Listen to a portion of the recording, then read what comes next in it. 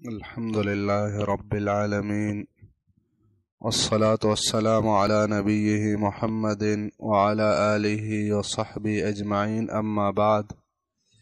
وعن ابن عمر رضي الله عنهما أن رسول الله صلى الله عليه وسلم كان إذا قعد للتشهد وضع يده اليسرى على ركبته اليسرى واليمنى على اليمنى وعقد 53 واشار باصبعه السبابہ. نماز کے کیفیت اور طریقے کے متعلق بات بیان ہو رہی تھی، تو یہاں تک بات پہنچ گئی کہ آدمی جب پہلی رکعت ادا کر لے اور اس کے بعد دوسری رکعت پڑھ لے تو اس کے لیے کیسے آدمی کھڑا ہوگا دوسری رکعت کے لیے. اب دوسری رکعت بالکل بعینی ہی اسی طرح ادا کرنا ہے جس طرح کہ پہلی رکعت یہ ادا کی گئی. اس کے بعد تشہد آتا ہے. تشہد اس کا معنی کلمہ شہادت کی گواہی دینا. چونکہ تشہد کے اندر یہ کلمہ پڑھا جاتا ہے اشہد ان لا الہ الا اللہ واشہد ان محمدًا عبدہ ورسولہ، تو اس کلمے کی وجہ سے اس پورے بیٹھنے کا نام یہ تشہد رکھا گیا ہے. تشہد نماز میں 2 ہوتے ہیں، جو 3 رکعت یا 4 رکعت والی نماز ہوتی ہے. ایک کو تشہد اولا کہا جاتا ہے اور دوسرے کو تشہد ثانی کہا جاتا ہے. ایک پہلی تشہد ہے جو دوسرے رکعت پر ہوتی ہے، اور ایک دوسرا تشہد جو آخری رکعت اس میں ہوتا ہے. تو یہ 2 تشہد، ان 2 تشہدوں میں سے جو آخری تشہد ہے یہ فرض ہے. بے اتفاق العلماء دوسرا تشہد یہ نماز کے اندر رکن ہے، فرض ہے، اس کے بغیر آدمی کی نماز مکمل نہیں ہوتی. جو پہلا تشہد ہے یہ بھی راجح قول کے مطابق واجب ہے اور یہ بھی ضروری ہے، لیکن ہاں صرف یہ ہے کہ اگر پہلا تشہد آدمی سے رہ جائے تو شریعت نے اس میں ہمیں یہ رخصت دی ہے کہ اس کی جگہ پر سجدہ سہو کافی ہو جاتا ہے.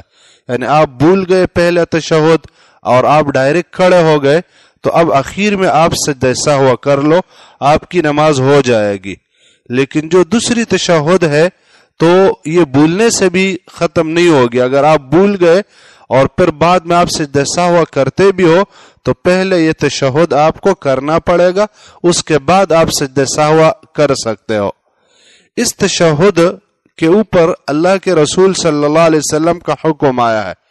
تشہد کے اندر 2 باتیں ہیں، ایک تشہد کا طریقہ ہے اور دوسرے نمبر پر تشہد کے الفاظ اور اس کی دعائیں ہیں.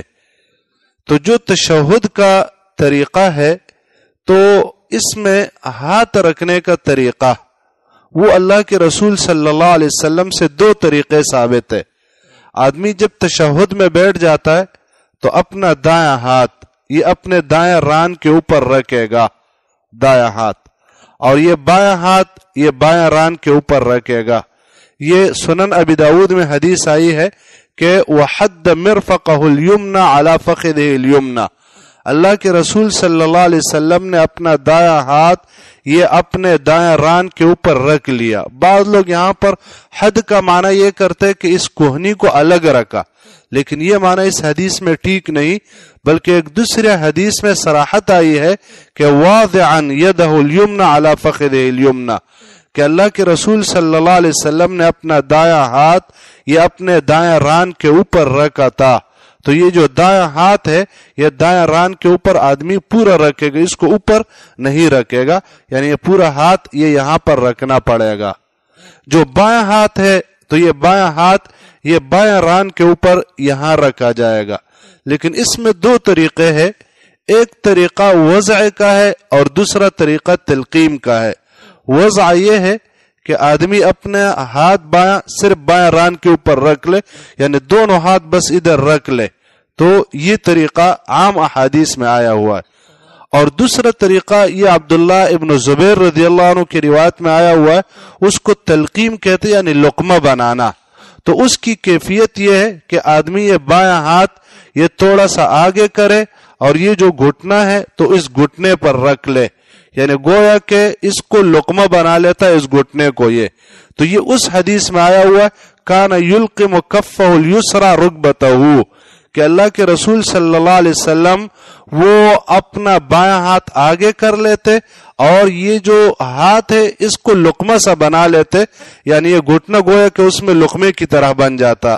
تو یہ طریقہ بھی اس میں یہ انگلیاں پھر پورا آدمی کھول دے گا اور یہ ہاتھ ادھر. تو اس صورت میں پھر یہ ہاتھ آدمی یہاں پر رکھے گا نہیں، بلکہ لازمی بات ہے جب یہ ہو گیا یہاں پر تو پھر یہاں پر ہاتھ رکھا نہیں جائے گا بلکہ صرف یہ تلقیم کی جائے گی. تو یہ ہاتھ رکھنے کا طریقہ. اب دائیں ہاتھ جو آدمی رکھے گا تو اس میں اشارہ ہے، تو اشارے کے متعلق انشاءاللہ آگے بات آ رہی ہے.